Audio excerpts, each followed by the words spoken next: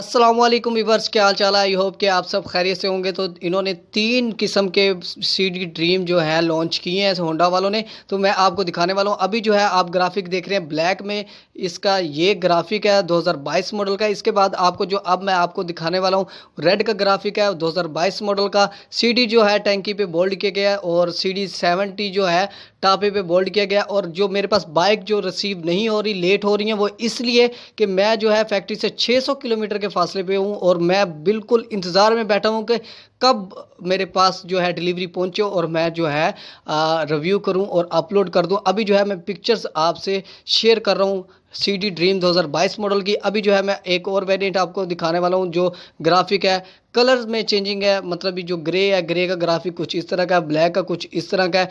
3 इन्होंने colour launch किया और तीनों के ग्राफिक जो है चेंज है, कलर चेंज है। तीनों मैंने आपको दिखा दिए। लाइक कर दें, सब्सक्राइब कर दें, जल्दी से वीडियो आ जाएगी। Thank you for watching. अल्लाह हाफिज़।